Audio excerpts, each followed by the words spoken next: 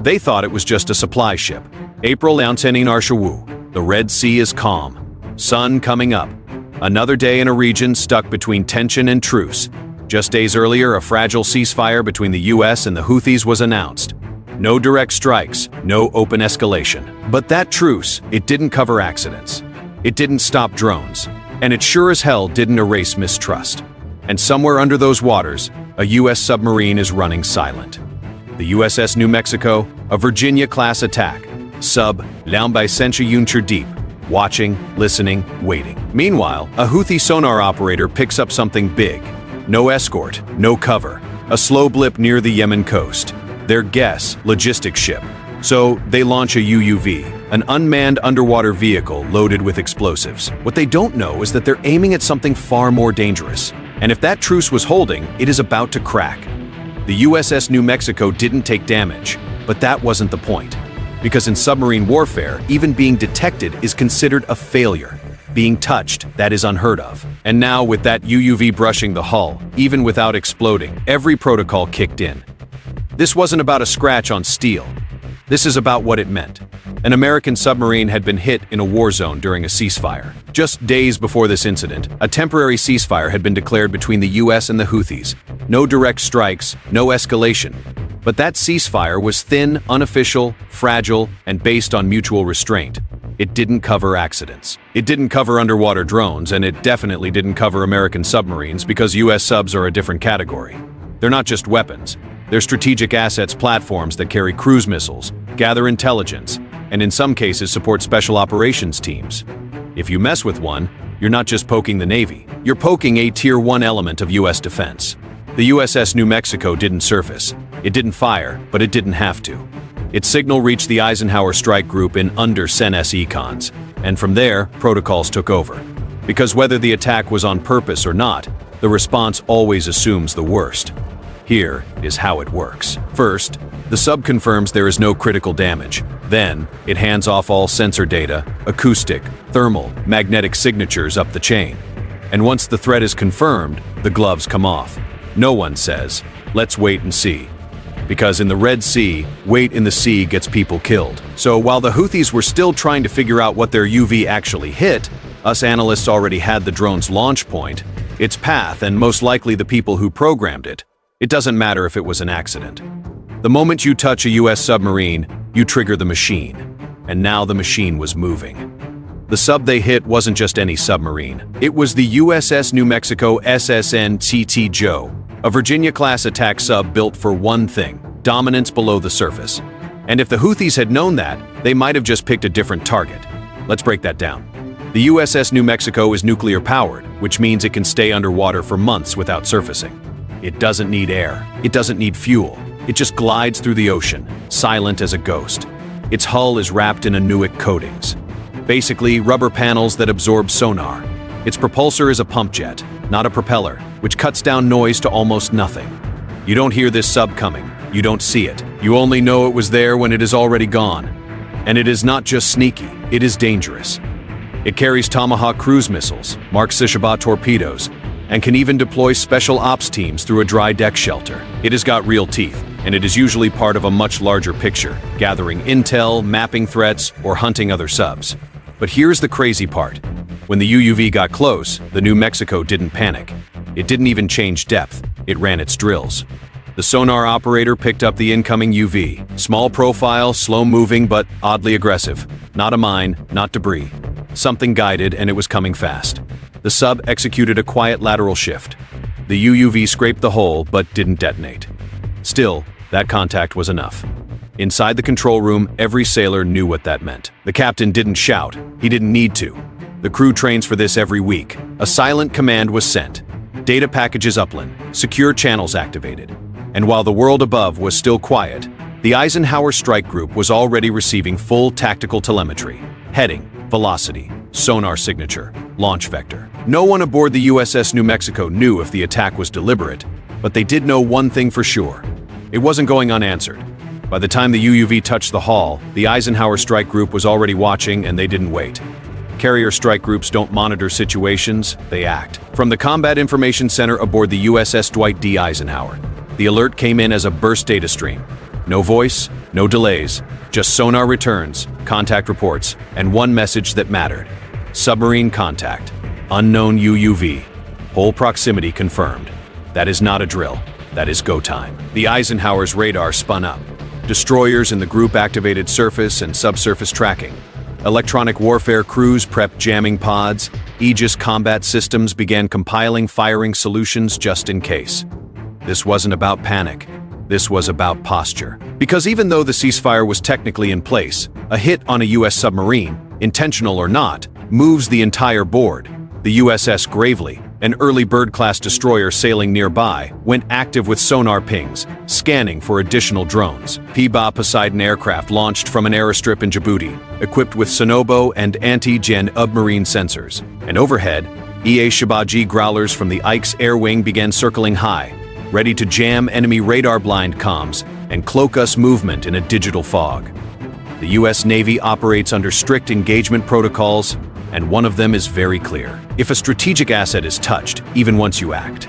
So while the public still had no clue anything had happened, the U.S. military had already authorized a tiered response. Limited, precise, and immediate. It started with the name Operation Deep Pinpoint. Not revenge, not escalation, just a removal of risk. The first order came from the Eisenhower's command deck. Prepare a multi-JAN domain strike package. That meant combining sea-launched cruise missiles with coordinated air support. The goal was to neutralize the UUV launch site, nothing more, and make sure that everyone got the message. From the USS Gravely, the VLS hatches creaked open, primed with Tomahawk cruise missiles, each one programmed with a fixed GPS target, a hardened facility west of Ross, ESA believed to house underwater drone systems. Meanwhile, above the strike coop, a Hawkeye UJ&D radar aircraft coordinated the airspace, and right behind it, a pair of EA Shibaji Growlers, electronic warfare jets designed to shut down enemy comms and blind their radar. That is the first wave. The second wave was the teeth. 4 Fa-Ba Super Hornets CAT launched from the Eisenhower's flight deck, fully armed with GBU Senshaba JD dams and AGM Yawusi JSW joint standoff weapons. Smart bombs designed to hit fixed targets with pinpoint accuracy from dozens of miles away. The whole operation was about timing. Growlers went in first, broadcasting spectrum jamming across Houthi-controlled frequencies. Satellite dishes on the coast went dark. Enemy radar blinked offline. Confusion flooded the network. Then came the Hornets flying fast and low along the Amity coastline, hugging the water to stay under any remaining radar coverage. Their targets, the primary one, the UUV control center near Rosisa. Secondary, a nearby comms relay believed to guide drone navigation. And the third, a small weapons cache spotted by thermal imaging during ISR passes. The Tomahawks hit first, long, fast, and quiet. Each one punched through reinforced roofing with a delay-fused warhead, detonating deep inside the structure. Then came the J-dams following from Yunchir. Silent until the last second. Explosions rocked the shoreline, fires erupted. And most importantly, there was no return fire, no radar locks, no anti-JAN air response, no retaliation. That told commanders everything they needed to know. They caught the site by surprise. The Houthis weren't expecting the sub to be in range, much less a full retaliatory package within minutes. And for anyone watching, from Tehran to Damascus to Moscow, the message was clear. Touch the wrong platform and the sky falls. The whole strike lasted less than Tiefendonjutz, but it rewrote the rules of the Red Sea overnight.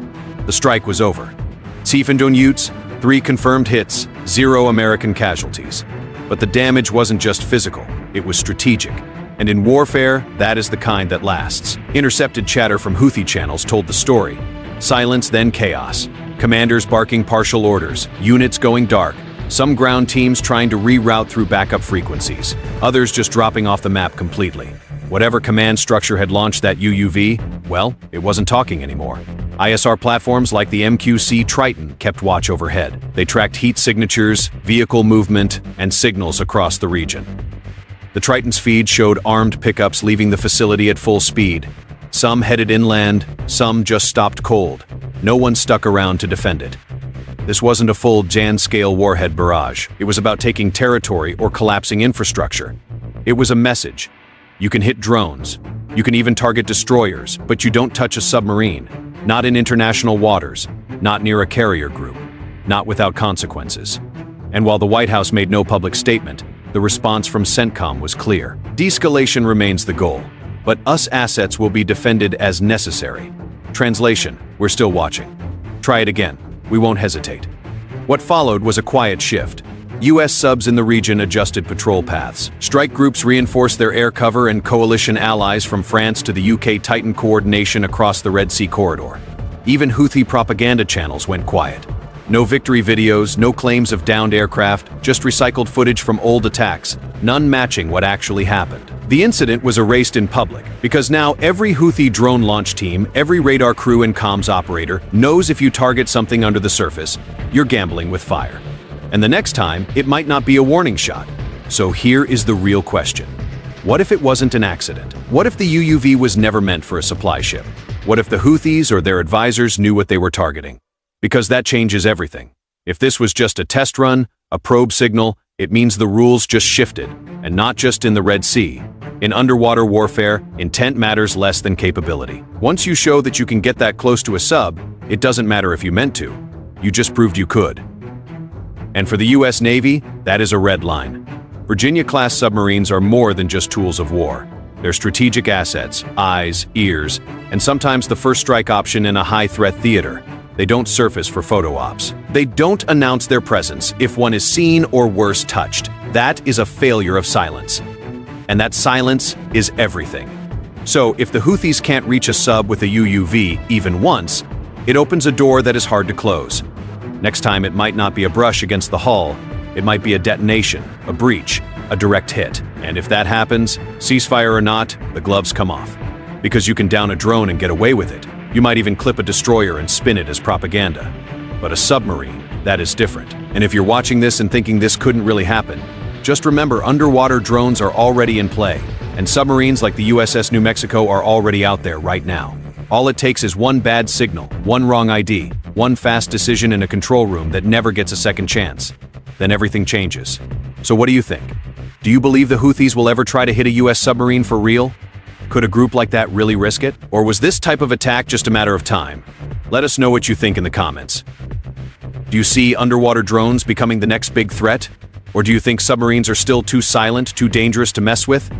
Make sure you drop a comment.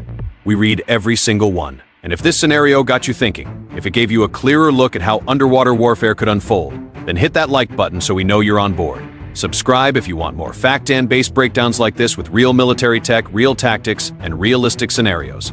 And hey, if you want to go a step further and support the channel directly, join the fleet. You'll get loyalty badges, priority replies, and help us bring more true maritime stories to the surface.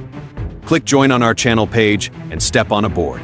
Until next time, stay sharp, stay steady, and remember, sometimes the threat you never see is the one that changes everything.